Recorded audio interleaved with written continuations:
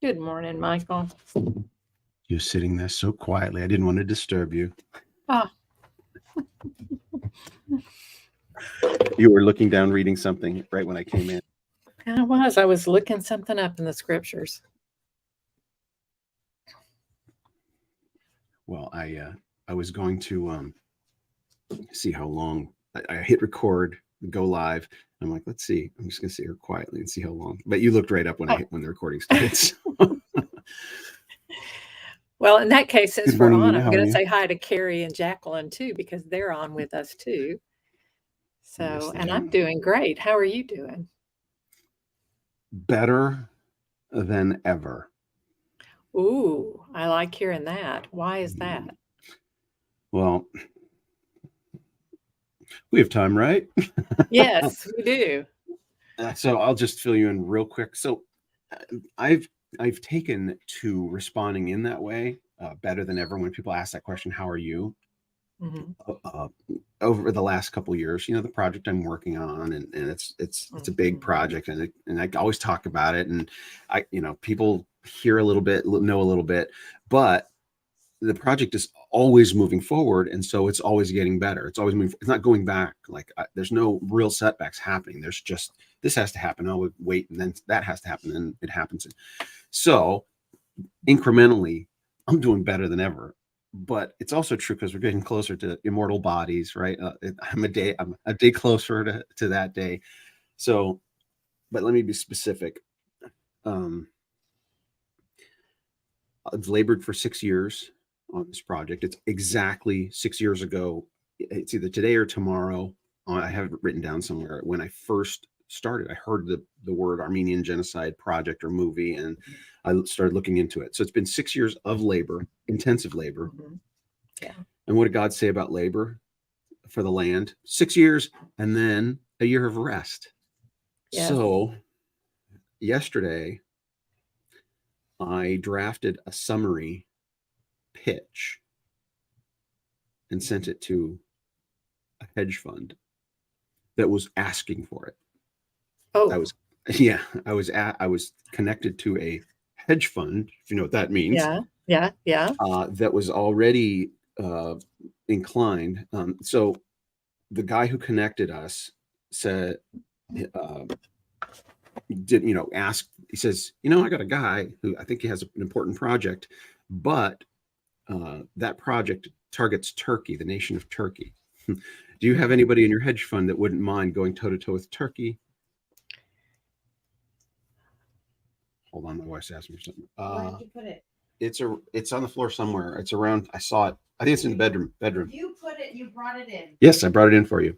So, oh, I was looking for it back. It's. I saw it this morning. She's going to work. Sorry. Uh, okay, so the guy told them, this is, whenever an investor invests, they want to know what the risks are. What's the risk of my Hmm. investment? Hmm. And so having the nation of Turkey, I can't think of a bigger risk, having an entire nation Pretty asking, big.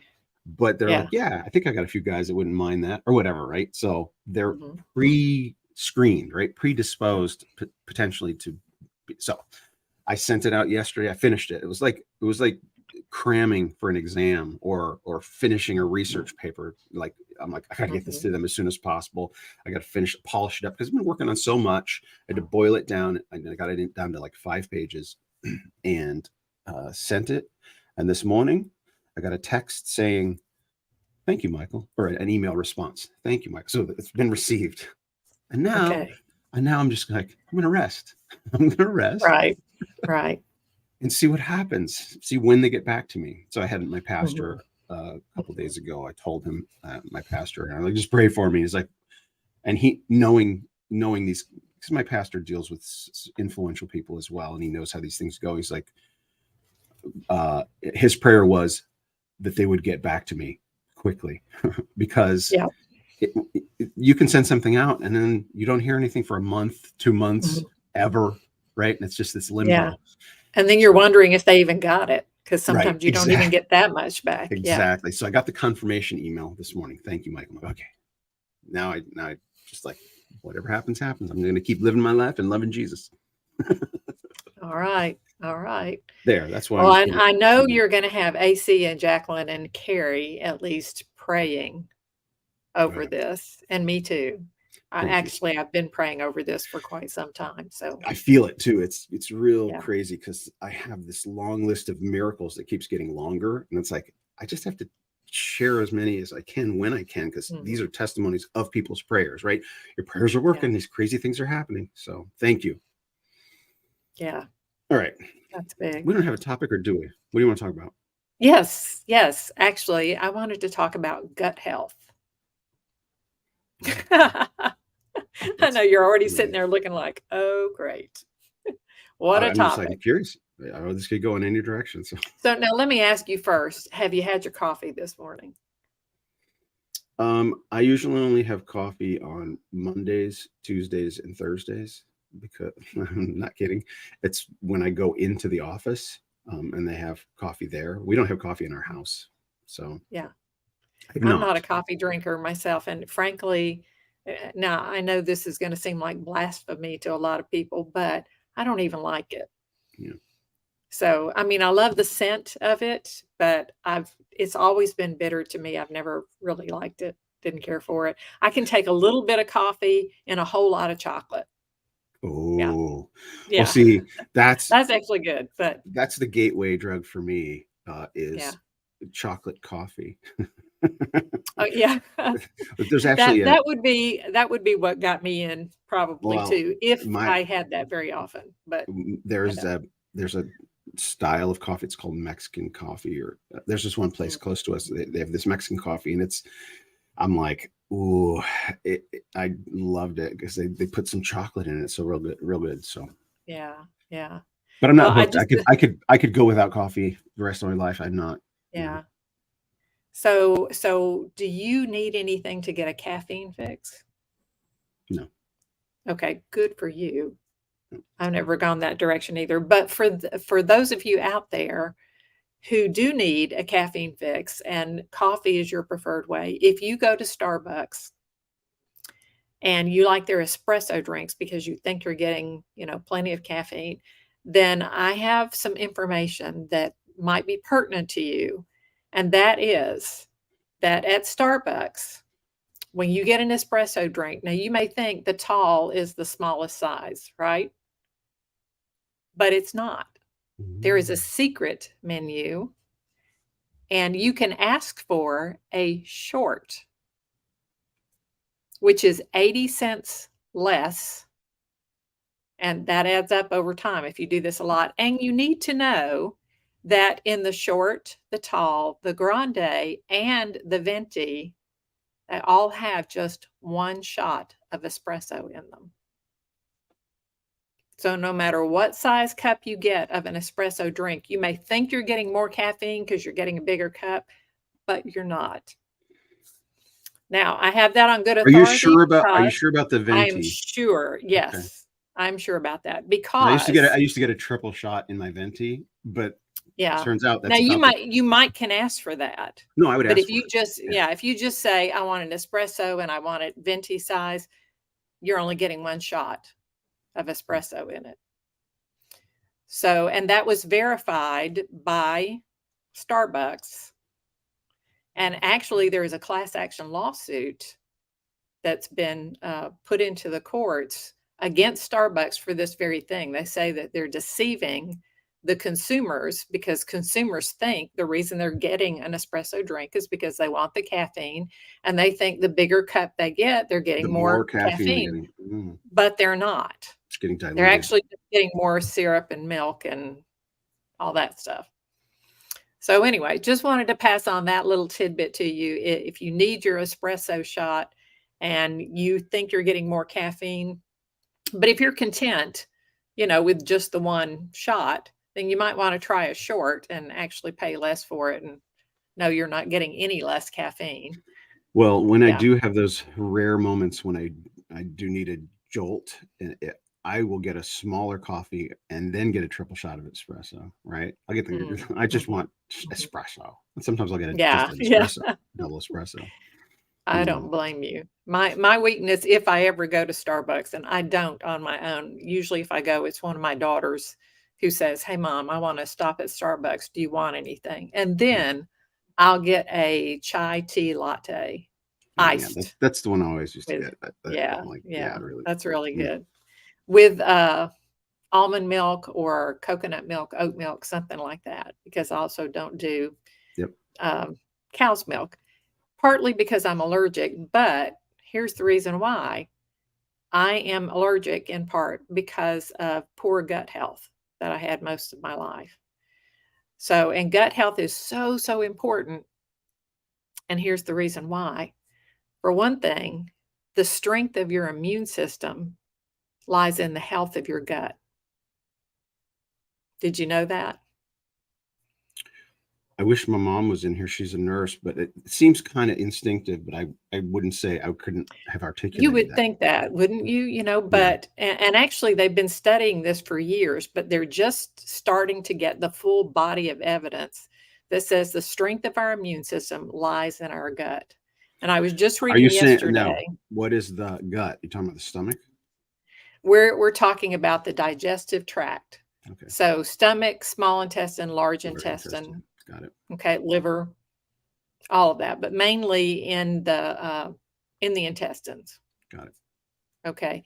So did you know that your body makes 90 something percent of all the serotonin you need in your gut That's if what it's you read. healthy? Yeah, if it's healthy. So, and serotonin is the happy hormone. Mm.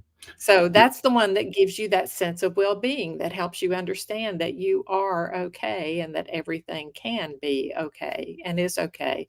And actually, we know that because God is on the throne and he is in charge of everything. But sometimes, even when you know that, you've just got this feeling that, I don't know, I'm just depressed and everything seems wrong. And we focus on all the wrong things. And in part, we do that because we're lacking serotonin. And we're not making enough serotonin because our gut health is so poor. What makes one's gut health poor? Glad you asked. It was the setup, teed up. Bing. Bing! Pitched it right to me. Thank you so much for that. So, what makes one's gut health poor? When you are born, you already have a gut biome that you got from your mother. If her gut health was poor, chances are yours started out that way too. But God always made everything very elastic. So, and by that I mean you can change your gut health by what you eat. Now, the sad part is if your mother had poor gut health, it's probably because she ate poorly. And guess what? She's going to feed you the same stuff, right? So you're probably going to grow up eating that way. But even when you change the way you eat in adulthood, you can still change your gut health.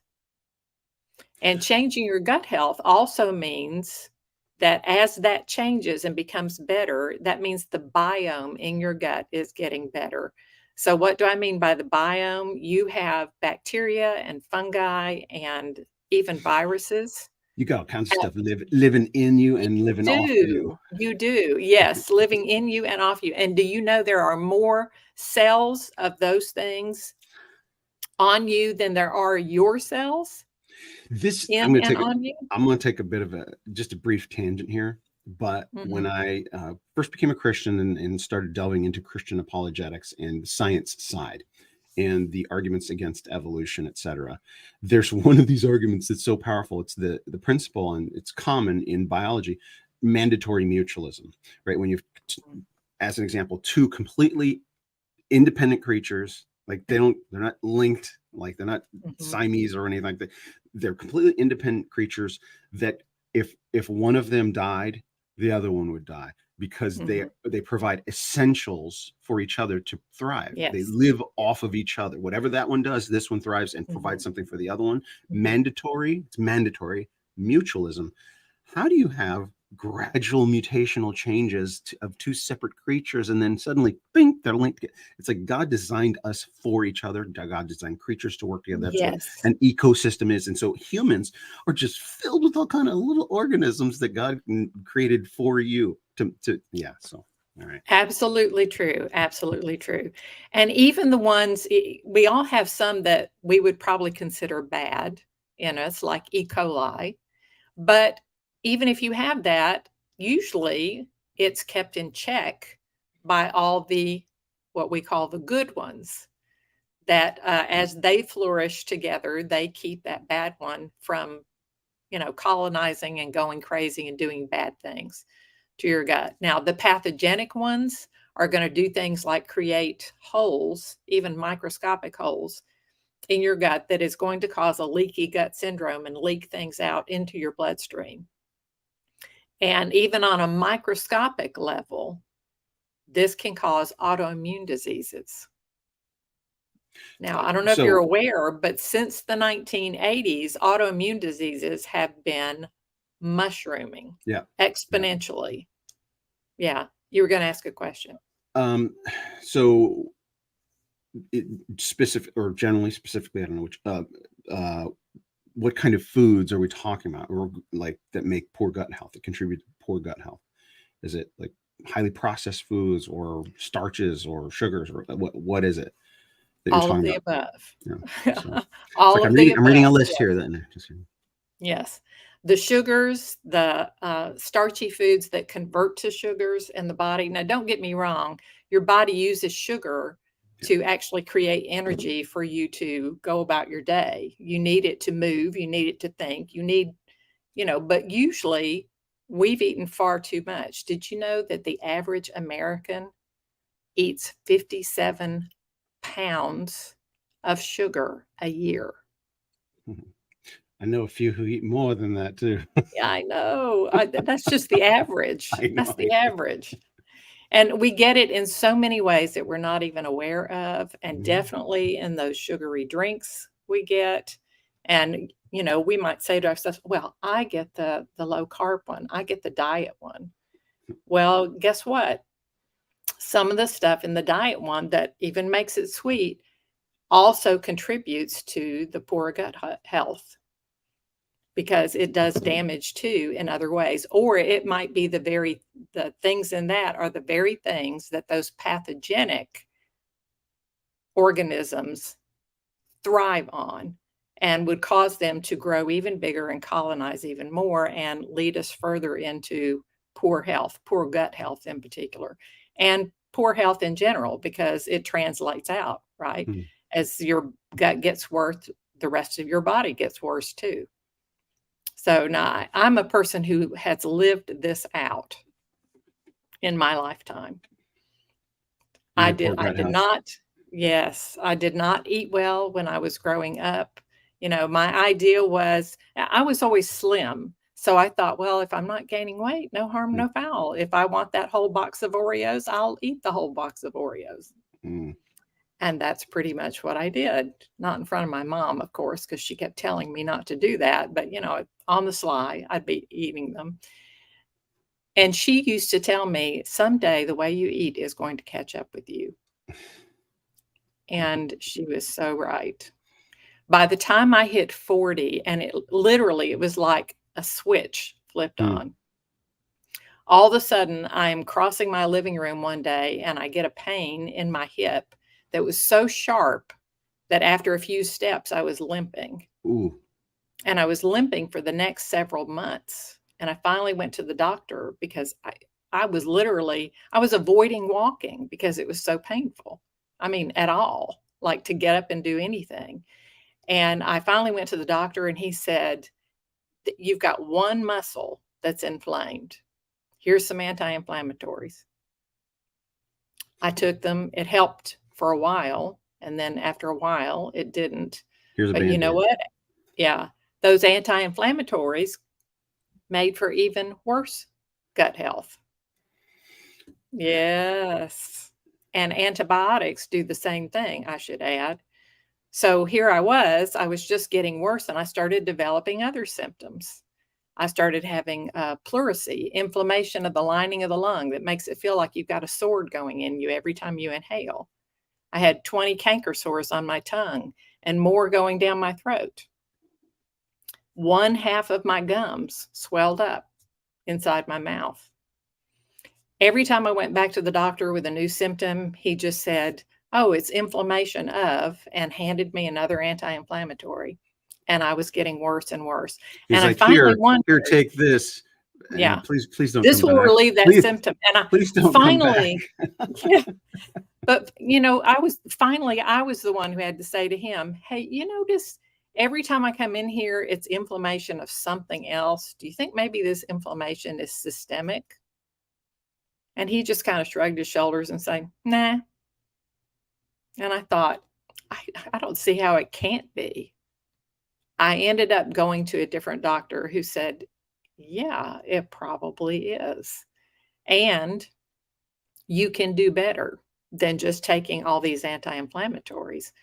So eventually somebody told me about what was probably happening in my gut, and I changed the way I ate. The one thing I did right away, I got off sugar. Mhm.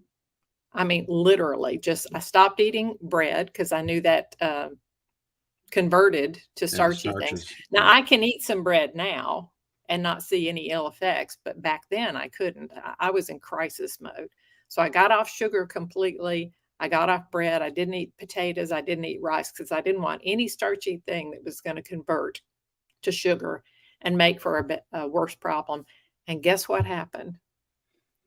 In just 3 days, I had no more pain in my hip. Hmm. Everything got better. And for 6 months, I didn't even have a bite of sugar. And every time I felt tempted, I found myself thinking, "Oh, but if I eat this, I might not be able to walk tomorrow." It was really easy to put it down then, Yeah, that'll you know? affect your decision Yeah. making. So, and I'm telling you that because I don't want you thinking that, "Oh, wow, did she have such self-control?" No. But when you see the cause and effect and you understand, "Oh, I eat this and tomorrow I may be in a lot of pain," it makes it really easy to say no. Eat, So drink, that and be merry, for totally, tomorrow we die. yes, something like that. So that totally changed my thinking about food and about health. Now, I was eating nothing but meats and fruits and vegetables. But here's the other thing I didn't know. I was cooking all my vegetables. So I didn't know that I was not getting the full body of nutrients and what was available to me through those vegetables because I killed it all with the heat. Yeah, you cook it out. Right, right. So when I finally understood and I started changing that, eating more raw foods, more salads, more raw vegetables and raw fruit and so forth, I started seeing a change. And I started taking a fruit and vegetable supplement that, in my opinion, is the best one on the market. But I'm not doing a commercial here. So I'm not going to, if you want to know about that, you can contact me later. But that's what I started doing. And then I saw an even bigger change in the picture. Now, in between the time that I found out that food actually made a difference in how I felt, and the time that I started taking this fruit and vegetable supplement and eating raw fruits and vegetables, something happened that made things even worse. I had gotten to where I was controlling my symptoms with how I ate. But then in 2009, a spider bit me in July, and it introduced a virus into my body.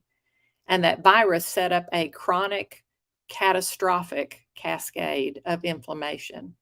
I think we've talked about this in the past. I think you Yes, mentioned this. Yeah. yes.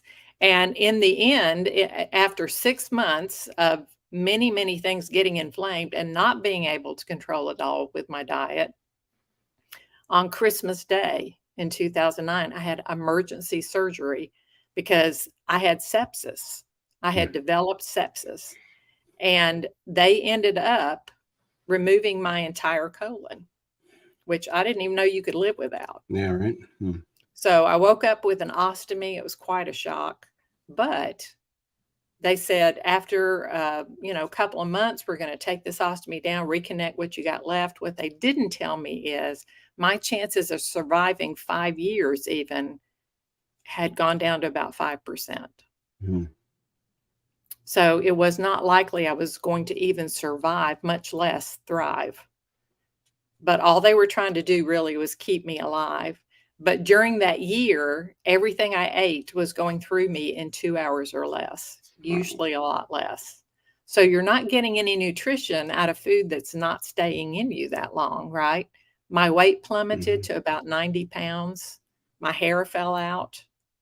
I look like a kid from a third world country, you know, toothpicks for arms and legs and look like wads of gum where the knees would be, you know.